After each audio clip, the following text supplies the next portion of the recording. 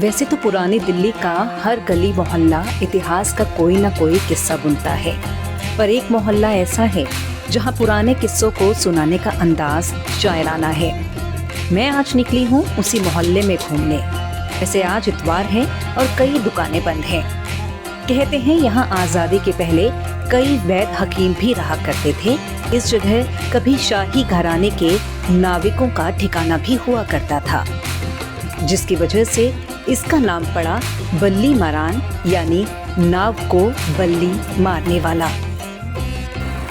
पुरानी दिल्ली की भी पुरानी गलियों में से एक है बल्ली मारान।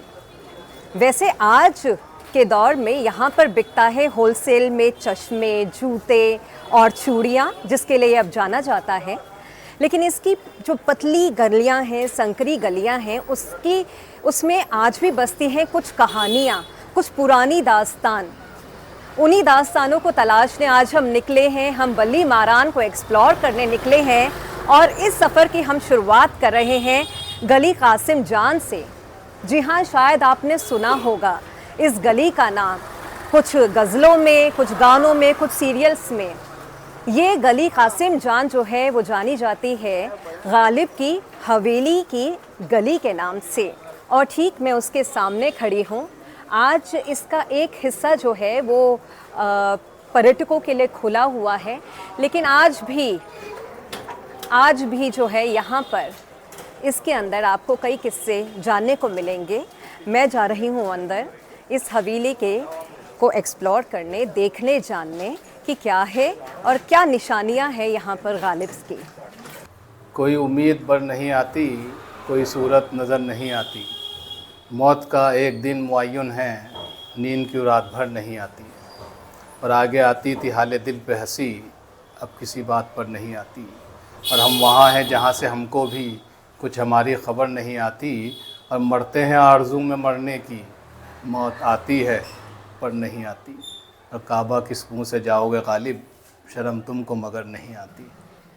जब हम गालिब की हवेली में अंदर दाखिल हुए और अभी हमने देखना ही शुरू किया था, तो हमें ये जनाब जो कि यहाँ पर एज अ सिक्योरिटी गार्ड काम करते हैं, ये मिले। और मज़े की बात ये है कि इन्होंने हमें खुद ही दिलचस्पी है, बड़ी उत्सुकता से हमें कई कहानियाँ और कई किस्से जो हैं पूरी इस हवेली से जो जुड़े हुए हैं वो हमें बताना शुरू किया। सबसे पहले तो मैं आपका नाम ही जानना चाहूँगी। मेरा नाम है ग़ुलाम मुस्तफ़ा, यहाँ मेरी सिक्योरिटी गार्ड की नौकरी है। जी, तो आप कितने सालों से हैं यहाँ? मैं यहाँ अभी 2-2.5 साल हुए हैं करीब लगे हुए। 2-2.5 साल हुए हैं। लेकिन जब इन्होंने जानकारी देने का या हमसे बातचीत करने का सिलसिला शुरू किया तो लगा ही नहीं कि महज 2 साल हुए हैं। इन्होंने हमें कई सारी इससे जुड़ी कहानियाँ, इतनी सारी तस्वीरें यहाँ पर लगी हैं, यहाँ पर नज़्म लिखी हैं, उनके सामने उनके बारे में हमें जानकारी दी। लगा ही नहीं कि 2 साल आपने यहाँ बिताए हैं। शुरुआत कहाँ से करें, क्या बताने जा रहे हैं आप? शुरुआत ये है कि इस जगह पे गालिब ने अपना आखिरी वक्त गुजारा। ज़िंदगी के आखिरी 9 साल इसी जगह पे गुजारे। 1860 से लेके 1869 तक यहीं गालिब रहे और 15 फरवरी 1869 को इसी जगह पर डेथ हुई। निज़ामुद्दीन में उनका मज़ार बना। लेकिन चूँकि अंग्रेज़ों की हुकूमत थी, इसलिए कोई सहज करके नहीं रख पाया, जगह को संभाल के नहीं रख पाया। और उसके बाद जब 1988 में गुलजार साहब का एक सीरियल आया था मिर्ज़ा गालिब, जी, जिसमें नसीरुद्दीन शाह ने गालिब का रोल किया। उसके बाद क्योंकि गुलजार साहब ने बहुत रिसर्च करने के बाद वो सीरियल बनाया था, कहाँ गालिब पैदा हुए, कहाँ कितने साल रहे, किस हाल में रहे, बहुत रिसर्च करने के बाद वो सीरियल बनाया। और फिर गुलजार साहब की ही कोशिशों से ये जगह सरकार के साथ मिलकर गुलजार साहब ने खाली कराई। ये जगह भी समझिए हवेली का सिर्फ ये 25 या 30% हिस्सा है। उस टाइम ये 400 गज़ में हवेली हुआ करती थी जी। अब तो सिर्फ ये 2 हिस्से हैं छोटे छोटे से जो रिज़र्व किए गए हैं। इसीलिए अब इसे एक म्यूज़ियम का नाम है, लेकिन लोग हवेली ही सोच कर आते हैं। बिल्कुल। और ये भी इस वजह से खाली कराया कि यहाँ जो गालिब ने वक्त गुजारा था बहुत परेशानी वाला वक्त था, क्योंकि 7 बच्चे होकर गुजर चुके थे। अंग्रेज़ों की हुकूमत आ गई। बहादुर शाह ज़फ़र के दरबार से जो महीने का वजीफ़ा मिलता था, पेंशन, वो अंग्रेज़ों ने बंद कर दी। फिर उम्र का आखिरी हिस्सा शराब नोशी की वजह से बीमार रहने थे, वो वक्त यहाँ गुजारा। इसीलिए इसको रिज़र्व किया गया है, वरना गालिब की सारी उम्र दिल्ली में ही गुजरी है। हम उस नज़्म पे आएंगे जिससे हमारी बातचीत का सिलसिला शुरू हुआ था, लेकिन उससे पहले कुछ तस्वीरें जो यहाँ हैं उनके बारे में आप हमें ज़िक्र करें तो बेहतर होगा, क्योंकि हमसे ज़्यादा अच्छे से आप हमारे जो सब्सक्राइबर्स हैं, फॉलोअर्स हैं, उनको आप बता पाएंगे। तो ये जो पहली तस्वीर है ये आगरा की तस्वीर है जहाँ गालिब 27 दिसंबर 1797 आगरा में पैदा हुए। उसके बाद 11 साल की उम्र में दिल्ली आ गए थे और 13 साल की उम्र में इस हवेली में 1810 में उनकी शादी हो गई उमराव बेगम से। यहाँ पे थोड़ा सा करेक्शन है कि इंग्लिश में उमराव जान लिखा हुआ है, याद हो तो उमराव जान एक तवायफ हुआ करती थी, नृत्यिका हुआ करती थी जिनके ऊपर फिल्म भी बनी है, और नीचे उमराव बेगम जो कि असलियत में उनकी धर्मपत्नी का नाम था, उनकी बेगम का नाम और था। ये भी इसी इलाके में आगे गली का समझाने एरिया लगता है, उस इलाके में रहती थी, तो यही उनकी ससुराल थी। मतलब उसके बाद ससुराल में घर दामाद बनकर रहे कई साल तक। अच्छा। जब घर दामाद बनकर रहे जब ये गालिब का नाम नौशा मियाँ पड़ा। अच्छा। नौशा हमारे यहाँ कहते हैं दूल्हा को। अच्छा। वरना गालिब का नाम मिर्ज़ा असदुल्ला खान नाम था और असद के नाम से इन्होंने शायरी भी करी बहुत। वो तो गालिब तखल्लुस इन्होंने बाद में रखा जब फिर गालिब के नाम से करी, लेकिन नौशा मियाँ नाम जो इनका पड़ा था, जो ससुराल में जब घर दामाद बनकर रहे तो जब नौशा मियाँ नाम इनका पड़ गया। ये भी इसी इलाके में हुआ करती। इसके बाद दिल्ली में ही सारी उम्र गालिब की गुजरी, लेकिन वो निशाना बाकी नहीं है, लेकिन यहाँ आखिरी वक्त गुजारा, इसलिए इसको गुलजार साहब ने रिजर्व। अच्छा, थोड़ा और आगे बढ़ते हैं, और आप ये भी कुछ बता रहे थे कि यहाँ पर कारखाने हुए जहाँ पर अलग अलग कुछ ना कुछ मैन्युफैक्चरिंग होने लगी, जिसको खाली करवाया गया, कुछ ऐसा था। एक्चुअली गालिब का अपना मकान तो कहीं भी नहीं था। पैदा भी गालिब ननिहाल में हुए, फिर हर जगह किराए पे ही रहे। यहाँ पे भी ये हकीम जी की हवेली हुआ करती थी, उन्होंने गालिब साहब को रहने के लिए दी थी कि आप रहते रहिए। 1869 में जब गालिब की डेथ हो गई, उसके बाद जिसकी ये हवेली थी उसने थोड़ा सा हिस्सा किसी को बेचा, थोड़ा सा किसी को बेचा, तो यहाँ पे भी सब ये कारखाने, हीटर की फैक्ट्री खुल गई थी। हीटर की फैक्ट्री और यहाँ बाहर लकड़ी की टाल, कोयले का काम ये हो रहा था। ये तो जब 1988 में गुलजार साहब का सील आया, उसके बाद इसको खाली करा के फिर रिजर्व किया गया। बाकी ये जो आप ऊपर देख रहे हैं मुरादाबाद, बनारस, रामपुर का मकान, ये जब अंग्रेज़ों ने इनकी पेंशन बंद कर दी तो ये पेंशन शुरू कराने के लिए कलकत्ता गए। अच्छा। उस टाइम कलकत्ता जाने में बहुत टाइम लगता था, तो ये बीच बीच में जो शहर पड़ा मुरादाबाद पड़ा, 6 महीने वहाँ रुक गए। बनारस के घाट पसंद आया तो बनारस में 6 महीने गुजार दिए। ऐसे कई जगह, पटना, लखनऊ, कई शहरों में रुकते हुए जब ये कलकत्ता पहुँचे थे, 2 साल में वहाँ से वापसी हुई थी जी। और यही वजह है जो यहाँ पे ओरिजिनल कुछ भी नहीं है, और सिवाय इन दीवारों के। इन दीवारों के ओरिजिनल कुछ भी नहीं है। ये दीवारें तभी की हैं, तभी की हैं, हालांकि थोड़ा सा रेनोवेशन हुआ है कारखाना खुला, लेकिन बुनियादें वगैरह सब उसी टाइम की है। बाकी आप ये कपड़े देखेंगे, ये भी ओरिजिनल नहीं है। अच्छा। ये सैंपल के तौर पे लगाया गया, इस तरह के यूज़ होते थे। ये इनके वाइफ के कपड़ों का सैंपल है, ये गालिब के कपड़ों का सैंपल है। और ये किताबें, इसी तरह ये 4 किताबें हैं, 2 इधर रखी हैं, 2 उधर रखी हैं। ये गालिब के हाथ की नहीं है। अच्छा। ये होते तो कैलोग्राफिक कातिब जिसे बोलते हैं, कलम से जो लिखी जाती थी। राइट। ये उनके हाथ की लिखी हुई है, शायरी गालिब की है जी। अब गालिब की बहुत फेमस वाली गज़लें इसमें लिखी हुई हैं जो रखी गई हैं जी। एक ये गज़ल है, आह को चाहिए एक उम्र असर होने तक, कौन जीता है तेरी जुल्फ के सर होने तक। बहुत ही हमने माना कि तगाफुल न करोगे, लेकिन खाक हो जाएंगे हम तुमको खबर होने तक। और आशिकी सब्र तलब और तमन्ना बेताब, दिल का क्या रंग करूं खून जिगर होने तक। इसी तरह की जो फेमस गज़लें हैं वो गालिब की इन किताबों में लिखी हुई हैं। आपने भी बहुत ही उम्दा तरीके से जो है उसको सुनाया है। हर कोई नहीं सुना सकता जब तक उसको वो अंदर खुद से महसूस ना करे, वो अल्फाज वैसे निकल कर नहीं आ पाते। बट आपने, मुझे कुछ शायरी का शौक़ है, तो समझ ली मैं आप लोगों के साथ घूम के अपना शौक़ पूरा करता हूँ। नहीं, बहुत बहुत धन्यवाद आपका, बहुत बहुत ये शुक्रिया। स्टैचू ये गुलजार साहब का ही दिया हुआ है, जो सीरियल के लिए बना था, बाद में फिर गुलजार साहब ने दिल्ली गवर्नमेंट को दिया था। अच्छा, तो ये जो स्टैचू है ये बता रहे हैं कि ये गुलजार साहब ने सीरियल में यूज़ किया था, जिसके बाद ये दिल्ली गवर्नमेंट को प्रेजेंट किया था दिल्ली गवर्नमेंट को। जब इनॉग्रेशन हुआ होगा, जब ये हवेली को रिस्टोर किया गया होगा, तो इसको यहाँ पे दिया गया। बहुत बहुत शुक्रिया आपका इतनी बढ़िया जानकारी देने के लिए।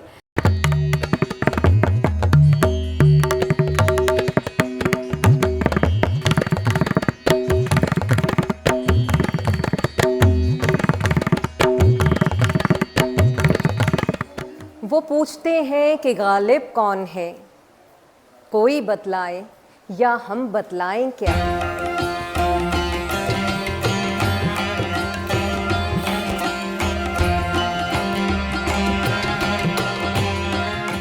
गली कासिम जान को अलविदा कहे हम निकल पड़े पल्ली मारान का बाजार घूमने। यहाँ आज चश्मों का बड़ा व्यापार होता है, देश भर में यहाँ से सामान जाता है। यहाँ अगर होलसेल का काम होता है तो रिटेल की भी ऑप्शंस हैं। जहां आई टेस्टिंग की भी सुविधा उपलब्ध है।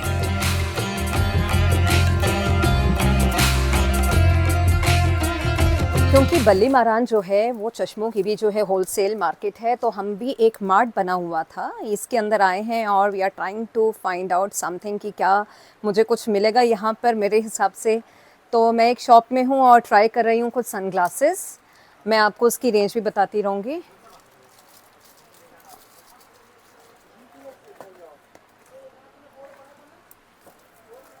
इसका क्या प्राइस है? This is for 750।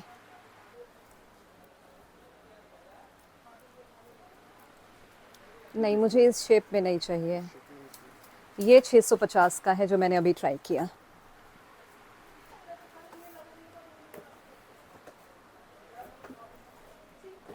ये कितने का है? 450। इसकी कीमत सिर्फ 450 रुपये है। इस टाइप का मिल जाएगा कुछ बिग साइज के अंदर आपको चाहिए तो आपको और शीट्स भी मिल जाएंगी। ये 700 की रेंज के अंदर है। This is nice. इसके साथ जो है मेटल का फ्रेम है।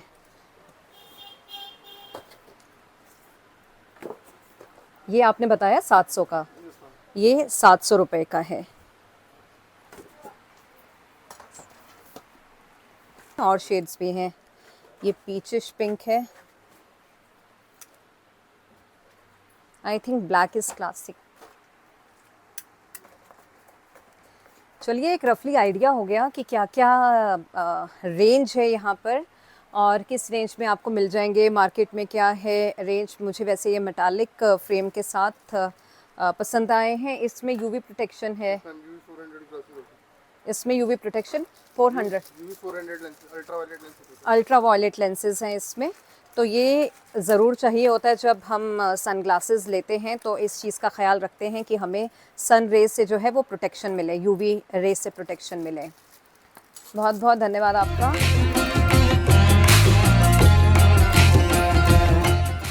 बल्ली मारान में मुगलई जायकों की कुछ दुकानें हैं, तो मिठाइयाँ, बेकरी, लस्सी का भी जायका आपको मिलेगा।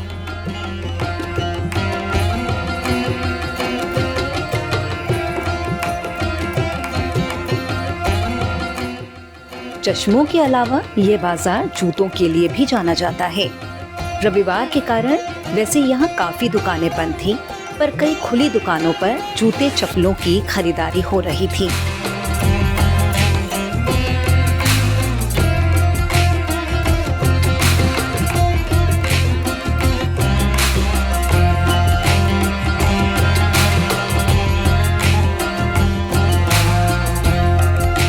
बाजार से गुजरते हुए मैं सीधे चूड़ियों की दुकान में पहुंची। बल्ली मारान आने के पीछे मेरा एक मकसद चूड़ियों की खरीदारी करना था। यहाँ पर आपको राजस्थानी चूड़ियाँ नहीं मिलेंगी। इस बाजार में फिरोजाबाद से ही चूड़ियाँ आती हैं। ये मैं प्राइस दे दूँगा आपको, ये थोड़ा डिस्प्ले का पीस है तो उसमें ऐसा होगा। प्राइस दे दूँगा मैं आपका जो है।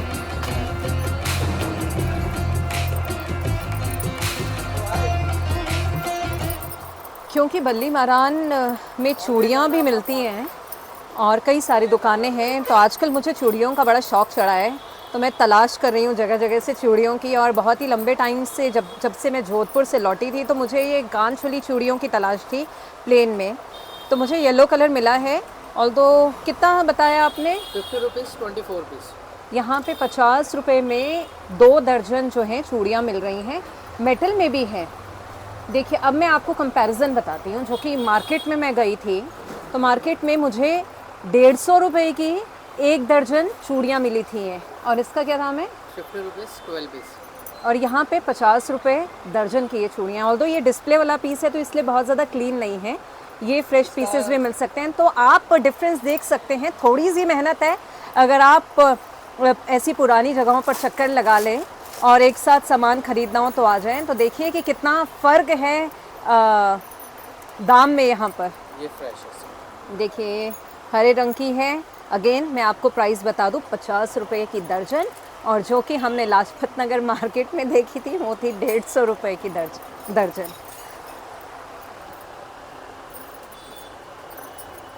फ़िलहाल तो मैं तलाश करने आई हूँ कांच की चूड़ियाँ।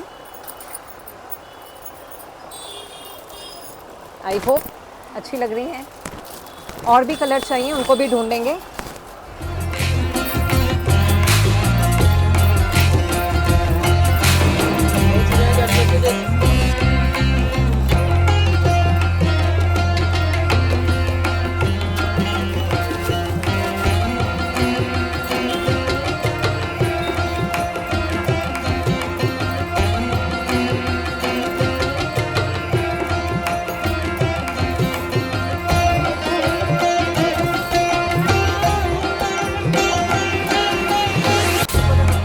तो अब मैं आपको दिखा रही हूँ कि मैंने यहाँ पे क्या क्या बैंगल्स खरीदी हैं। ऑल तो अभी भी कुछ कलर्स मिसिंग है जिसकी तलाश मैं आगे करूँगी। मैंने वाइट लिया, येलो लिया, ब्लू में मैंने ऐसे गोल्डन काम के साथ ली, ये कटवर्क में है पीच में जिसको मैंने लिया है, ब्लैक प्लेन है, और ये एक सेट मैंने लिया है किसी को गिफ्ट करने के लिए। तो चूड़ियों की जो शॉपिंग है मेरी अभी आगे भी जारी रहेगी। भैया आप इन्हें पैक कर दें।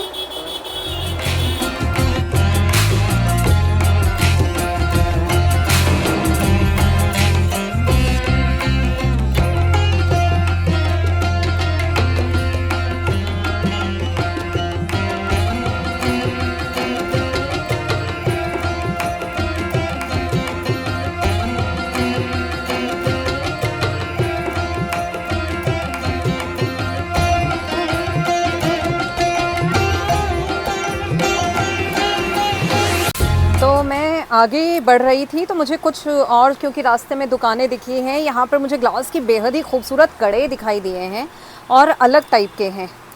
ये देखिए, और इसमें जो है ये जो पैक आता है 4 का आता है, 4 50 रुपए के हैं, और इसमें कलर्स हैं अलग अलग। Like I am wearing pink and wine से थोड़ा सा डार्क, एक मुझे येलो भी बेहद खूबसूरत लगा है, मस्टर्ड सा।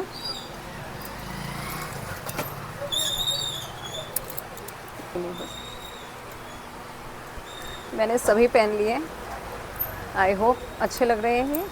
और कीमत इसकी 50 रुपए के 4। So I am going to bye.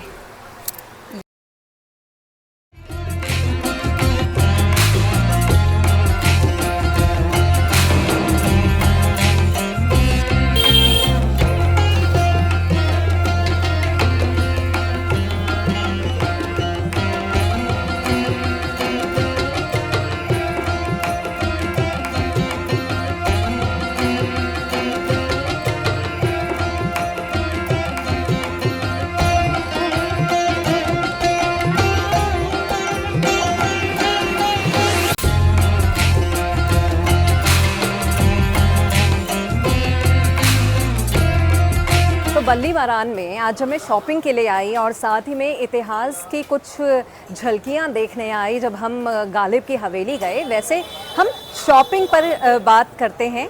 Shopping के लिए मैं लगभग 5,000 रुपये लेकर आई थी, लेकिन मेरे सिर्फ़ और सिर्फ 1,500 रुपये लगे, 1,500 रुपये लगे। ये आप चूड़ियों का पूरा बैग देख रहे हैं, इसमें कई दर्जनों कई डजन जो हैं वो चूड़ियाँ हैं, और ये सारी चूड़ियाँ जो हैं वो मैंने 1,000 रुपये के अंदर खरीदी हैं। साथ ही में मैंने सनग्लासेस लिए। तो यही फ़ायदा होता है जब आप मेन मार्केट से निकलकर जब आप होलसेल मार्केट में आते हैं तो आपको चीज़ें काफ़ी सस्ती मिल जाती हैं और वैरायटी भी बहुत सारी होती है। तो उम्मीद करते हैं कि आपको मेरे साथ ये शॉपिंग का सफ़र बेहद पसंद आया होगा। तो आप भी मेरी तरह जब भी शॉपिंग करना चाहें चूड़ियों की या चश्मों की, सनग्लासेस की, तो दौड़ कर आइए और कभी भी हेजिटेट मत करिए कि हम थक जाएंगे, मार्केट में कौन जाएगा। ऐसी मार्केट की तरफ दौड़ पड़िए, फ़ायदा आप ही का होगा।